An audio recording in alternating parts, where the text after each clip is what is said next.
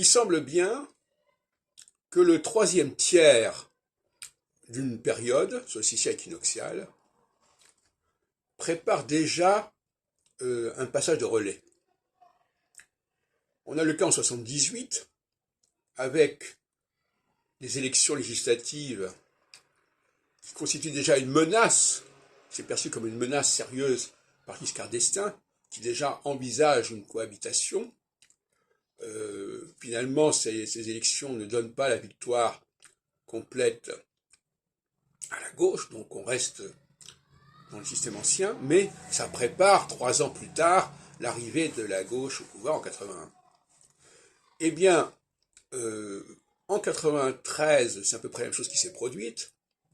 Le deuxième septennat de Mitterrand se termine par une cohabitation,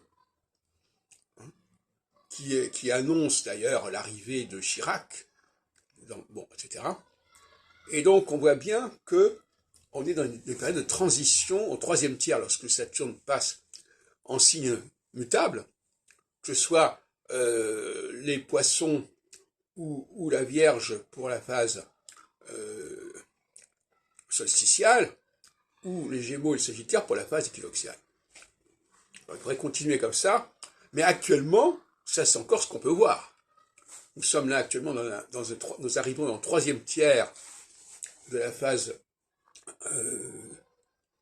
solsticiale, qui a commencé en 2018, et on voit que le féminin commence à poindre de manière très sérieuse. Alors le Premier ministre français, la présidente de l'Assemblée nationale, la présidente de la BCE, de la Banque européenne, et puis maintenant en Italie, depuis hier, la percée qui était déjà attendue d'après les sondages de Madame Giorgia Meloni, qui va être probablement désignée par le président de la République italien pour former un prochain gouvernement. Bon. Donc tout ça indique déjà un premier basculement, sans parler des scandales qui existent à propos de comportements indélicats envers les femmes, aussi bien à la France Insoumise avec Adrien Quatennens que chez les écologistes avec Julien Bayou, qui sont obligés de quitter leur position. C'est quand même tout à fait intéressant.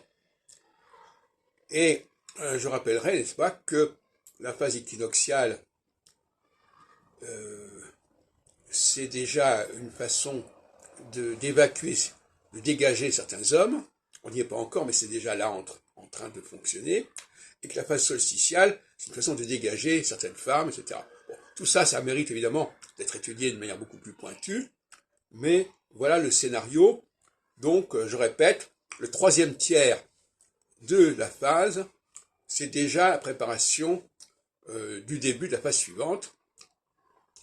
Et donc, finalement, tout ça est à cheval. En fin de compte, on pourrait d'ailleurs regarder également ce qui s'est passé à la fin du mandat. Par exemple, le phénomène Macron, il appartient à la troisième phase équinoxiale.